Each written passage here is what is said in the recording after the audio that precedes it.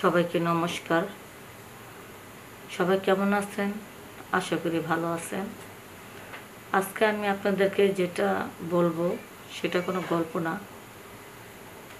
এটা আমার জীবনে ঘটে যাওয়ার একটি ঘটনা আপনাদের সাথে আর কি শেয়ার করতে চাই। আমার স্বামীর সাথে সম্পর্ক হয়েছে প্রায় 4 বছর। 4 বছর আমাদের প্রেমের সম্পর্ক। কলেজ লাইফের থেকে একজনকে ভালোবাসি, পছন্দ করি খুব। যখন আমাদের কলেজে লেখাপড়া শেষ হয়েছে, আমাদের দুজনের পরিবার থেকে যখন আমাদের শাদী নিয়ে চিন্তা ভাবনা করতেছে, তখন আমি বললাম যে শাদী যদি করতে হয় তাহলে আমার পছন্দ করার যে বয়ফ্রেন্ড আছেন তার সাথে শাদী বসবো।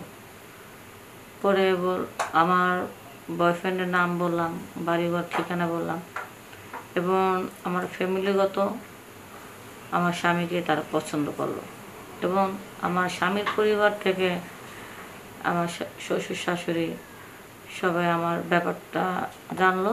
জানার পরে আমাকে পছন্দ করলো। পরে সবাই মাইনা নিল, আমাদের দুজনের শাদী দিয়ে দিল, ধুমধাম করে শাদী হলো। তো শাদী যখন হয়েছে, যখন আমি বাড়িতে আসলাম, সবার সাথে যখন পরিচয় হয়ে গেল, তখন বড়দার সাথে পরিচয় হইল, আমার শ্বশুর শাশুড়ির সাথে পরিচয় হইল, তারপরে মামা ঠাকুর আছে, আরও অনেকে আছে, পিসি আছে, সবার সাথে আমার একটু পরিচয় করা হইল। কিন্তু এই বড়দার যে ওয়াইফ, ঠিক আছে, তাকে দেখতেছি না, তার সাথে একটু পরিচিত হইতে চাইলাম। পরে একজনের কাছ থেকে শুনলাম যে বড়দা এখন বিয়ে করেনি কা। তখন আমার মনের ভিতরে একটা খটকা লাগলো যে দাদা এখনো বিয়ে করেনি, অথচ দাদা বিয়ে না করে তার ছোট ভাইকে বিয়ে করালো, ব্যাপারটা কি? তখন মনের ভিতরে খটকা লাগলো, কাউকে কিছু বললাম না। আমি বললাম ও আচ্ছা ঠিক আছে। চুপচাপ পরে আমাকে বাসর ঘরে ঢুকিয়ে দিল। ঢুকিয়ে দেওয়ার পরে আমি সুন্দরভাবে বাসর ঘর করলাম। কিন্তু একটা প্রশ্ন আমার থেকে গেল, যে ছোট ভাই বিয়ে করলো অথচ বড়দা বিয়ে করলো না, এই প্রশ্নের উত্তরটা আমি কার কাছ থেকে পাবো? পরে আমি আমার স্বামীকে জিজ্ঞেস করলাম, আচ্ছা তোমার বড়দা যে বিয়ে করলো না, তাহলে বড়দা বিয়ে করলো না, তুমি বিয়ে করলা, এখন এই বড়দার সামনে দিয়ে ছোট ভাই ফুল সজ্জা করতেছে, এটা কেমন দেখা যায় বলো তো? তোমার ভাইকে তুমি কেন বিয়ে করো নি কা? তুমি কি এত পাগল হয়ে গেছো গা বিয়ে করার জন্য? ভাইকে না বিয়ে করা তুমি ইয়ে করতেছো? দেখো, এই প্রশ্নের উত্তর এখন দেওয়া যাবে না, যেহেতু তুমি বাড়ির নতুন বউ। আজকের জন্য ফুল সজ্জা হোক, পরে এক সময় করে তোমাকে আমি এই ব্যাপারটা বলবো, ঠিক আছে? আমি বললাম ও আচ্ছা ঠিক আছে, তাহলে যাক। তো ভালোভাবে আমরা ফুল সজ্জা পালন করলাম, অনেক মজা পাইলাম, তৃপ্তি পাইলাম। আমার স্বামী আমার কাছে মনে হলো বেস্ট, আমাকে খুব ভালোভাবে আনন্দ দিল। তো সকালবেলা আমি যখন একটু গোসলখানা ঢুকবো, আমি স্নান করব। এখন যখন সকালবেলা ঘুম থেকে উঠে যখন আমি স্নান করার জন্য রেডি হয়েছি,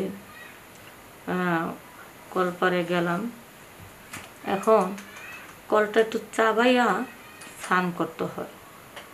এখন আমি কলটা আর কি একটু খোলামেলা, হালকা, বেড়াটা একটু কম, দেখলো এক সাইডে বেড়া আছে আর এক সাইডে বেড়া নাই। তো আমি কলটা যখন চাবাচ্ছিলাম, তখন কি করলো বড়দা তার ঘরের দরজার সামনে বসে কলের দিকে তাকাইছিল। আমি যখন নুয়ে নুয়ে চাবাইছিলাম, তখন সে আমার ফিগারের দিকে, বডির দিকে নজর দিচ্ছে, এটা আমি বুঝতে পারছি। পরে যতক্ষণ পর্যন্ত আমার স্নান করা শেষ না হইলো, ততক্ষণ পর্যন্ত সেই তার দরজার সামনে বসে বসে আমার দিকে তাকিয়ে তাকিয়ে দেখতে লাগলো। আর আমি যখন স্নান করছিলাম, বাইরে যেহেতু গোসল স্নান করার জায়গা, তখন তো কাপড় চোপড় রেখে আমি স্নান করেছিলাম। আমি তো আর খোলামেলাভাবে স্নান করিনি। যতই কাপড় চোপড় পরে স্নান করি না কেন, ভেজা কাপড়ের মেয়েদেরকে একটু আকর্ষণভাবে লাগে, একটু অন্যরকম লাগে। কিন্তু সে আমার বড়দা হয়, সেই বা কেন আমার স্নান করা দেখবে? এখন লজ্জা তো আমিও তাকে বলতে পারতাছি না যে দাদা আপনি একটু ভিতরে যান। তার তো একটা বিবেক থাকার উচিত। যাই হোক, গোসল করতে মানে স্নান করা শেষ হলো, পরে আমি ভিতরে চলে আসলাম। আমার কাছে যেন কীরকম যেন লাগলো। পরে আমি সকালবেলা আবারও একই প্রশ্ন করলাম, আচ্ছা বড়দা বিয়ে করলো না কেন? তুমি তো কিছু বললো না, বললো যে পরে বলবা।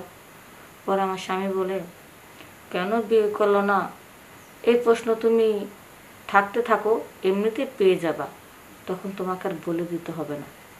ও আচ্ছা ঠিক আছে, আমি এমনিতে পেয়ে যাব, কেউ বলে দিতে হবে না? আমার ভিতরে আরও খটকা লেগে গেল, ব্যাপারটা কি? কিন্তু আমি যখন স্নান করতেছিলাম, বড়দার এই ব্যাপারটা দেখে আমার কাছে বড়দারে বেশি সুবিধা মনে হলো না, দাদা লোকটা বেশি একটা ভালো না, এরকম মনে হলো। তো যাই হোক, আবার কি করলাম, এই তার উঠানে কদিন পরে বৃষ্টি নামছে। বৃষ্টি নামার পরে এখন আমি ওই মানে বাইরের থেকে কলসি, কলপার থেকে আমি কলসিটা কাকে নিয়েছি যে আমি একটু হাইটা ঘরের ভিতরে পানিটা নিয়ে যাব। আর হ্যাঁ, কলসি কাকে নিয়েছি পিছল জায়গা। বড়দা এসে কী করলো, তাড়াতাড়ি করে এসে আমার হাতটা ধরলো যে বোন তুমি তো যাইতে পারবে না, পিছলা পড়ে যাবে বাবা, আসো আমি তোমাকে ধরে নিই। সে আমার হাত ধরার কথা বলে এমন জায়গায় ঠিক আমার এই ডানার উপরে হাতটা ধরছে এরমভাবে যে আমার বডিতে একটু তার হাতের আঙুলগুলো একটু টাচ লাগতেছে। এখন সে আমার বডি দেখতে রাজি, বডি ধরতে রাজি হইলো। কে কষ্ট করে তো সে তো পারতো যে করসটা একটু উস্কাইনে দরজার সামনে দিই, কিন্তু সে আমার হাত ধরছে, এই জায়গা না ধরে এই জায়গা তো ধরতে পারতো। তারপরও আমার কাছে যেন কীরকম মানে একটু অসুবিধা মনে হইলো। তখন আমি বললাম, দাদা এই আপনি আমার এই জায়গা ধরলেন কেন? আপনি তো ইচ্ছা করলে আমার এই হাতটা এইভাবে ধরতে পারতেন। পরে আমাকে কি বললো জানেন?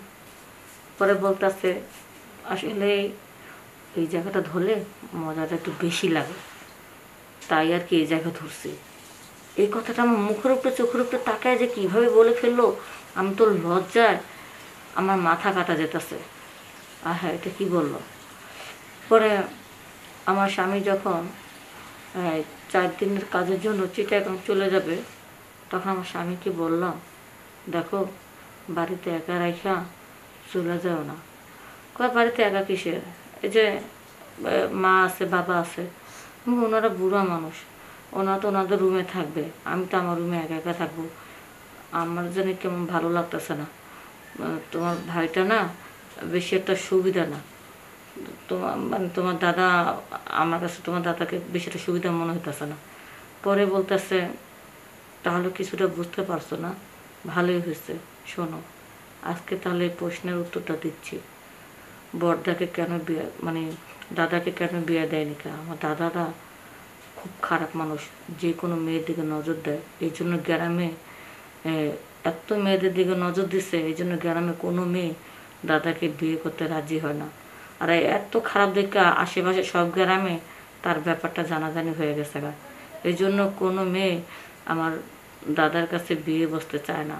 এখন তুমি আমার ঘরের বউ, ঘরের লোককে, এখন আমি চাই যে তুমি একটু সেফটিভাবে থাকো। এখন সে আমার দাদা, এখন তো তারা ফালা দিতে পারি না, কারণ বাবা মার সম্পত্তির উপর তো তার অংশীদার আছে। তুমি যতটুকু পারো সাবধানে থাকো। তারপর বাবা মা তো আছে, আরে জোর করে ওরকম কোনো কিছু না। তুমি যদি নিজের ইচ্ছাকৃতভাবে যদি ঠিক থাকো তাহলে সব ঠিক। আমি বলছি, ও আচ্ছা ঠিক আছে, যাক বাচ্চা গেল। তো আমার স্বামী চলে গেছে গা 3-4 দিনের জন্য। তো আমি ভালোভাবে দরজা জানলা লাগাইয়া পরে শুয়ে রইলাম। পরে আমার এই শাশুড়ি আবার ঘুমানোর আগে প্রায় 1 ঘন্টা পর্যন্ত আমার সাথে একটু গল্প করলো। বৌমা, তোমার পছন্দ কী খাবার, তুমি কোন খাবারটা ভালোভাবে রান্না করতে পারো। তারপরে বাপের বাড়ি কিছু কথাবার্তি বললাম, আরও অনেক ধরনের কথা তার বললাম, একটু গল্প করলাম, ভালো লাগলো। তারপর বললো, বৌমা তুমি দরজা জানা ভালো করে লাগায় শুয়ে থাকো, আমি তাহলে রুমে যাই গা, তোমার শ্বশুরে আবার ডাকাডাকি করতেছে। পরে আমার শাশুড়ি আমার শ্বশুর রুমে চলে গেল গা। আর বড়দা তো দেখলাম দরজার সামনে বসে বসে মোবাইল টিপতেছে। হ্যাঁ হ্যাঁ, যখন আমি দরজাটা লাগাতে যাব তখন দেখলাম মোবাইলের ভিতরে অমনি ইচ্ছা মতো কিস দিচ্ছে। ব্যাপারটা কি, মোবাইলের ভিতরে ইচ্ছা মতো কিস দিচ্ছে কেন? পরে দেখি মোবাইলের ভিতরে চুমো খাচ্ছে আর আমার দিকে ড্যাব ড্যাব করে তাকাচ্ছে। পরে এই সিনটা দেখার পরে তার দিকে মেজাজটা গরম করে দরজাটা লাগিয়ে দিলাম। পরে রাত যখন 3টা বাজে আমার আবার হিসু ধরছে। পরে আমি একটু ওয়াশরুমে যাব, দরজাটা খুলে ওয়াশরুমে গেলাম। কিন্তু বাথরুমে যাওয়ার সময় দেখি আমার সেই দাদা এখনও পর্যন্ত দরজার সামনে বসে মোবাইল টিপতেই লাগলো। আহা, যখন বাথরুম থেকে বের হয়ে যাবো তখন যে দাদা নাই। তখন আমি বুঝলাম যে দাদা মনে হয় ঘরের ভিতরে ঘুমাচ্ছে এখন। যাক, ভালোই হয়েছে, অনেক রাত পর্যন্ত লোকটা জেগেছিল, এখন ঘুমাইতেছে, ভালো হয়েছে। পরে আমি ওর দরজাটা ভালো করে লাগাইয়া শুয়ে রইলাম। শোয়ার পরে হঠাৎ করে দেখি যে আমার মুখটা চাইপে ধরলো। তখন মুখটা চেপে ধরলো, টাকা পিছনটা ঘুরে দেখি যে বড়দা। কী ব্যাপার দাদা, আপনি এখানে? এখন একদম চুপ, যদি বেশি বাড়াবাড়ি করস তাহলে তোরে এখানে খতম করে দেবো।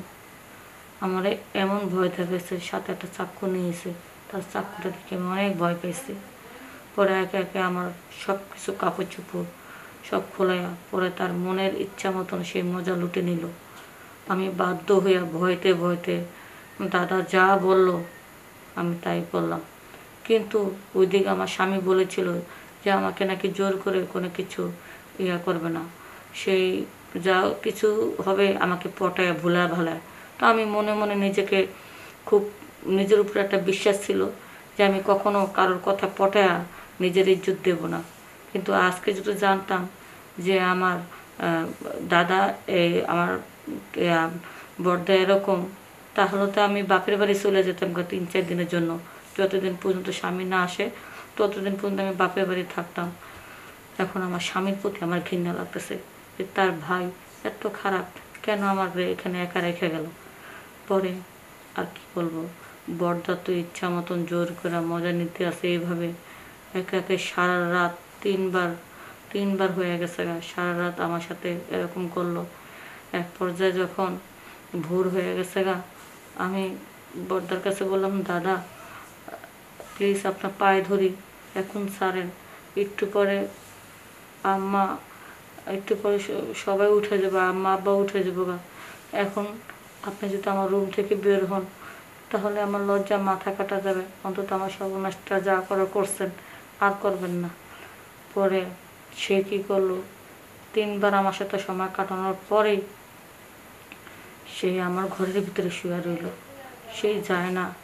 পরে যখন সে ঘুমাইছে, সকাল হয়েছে, আমি লজ্জা আর কারো কিছু বললাম না।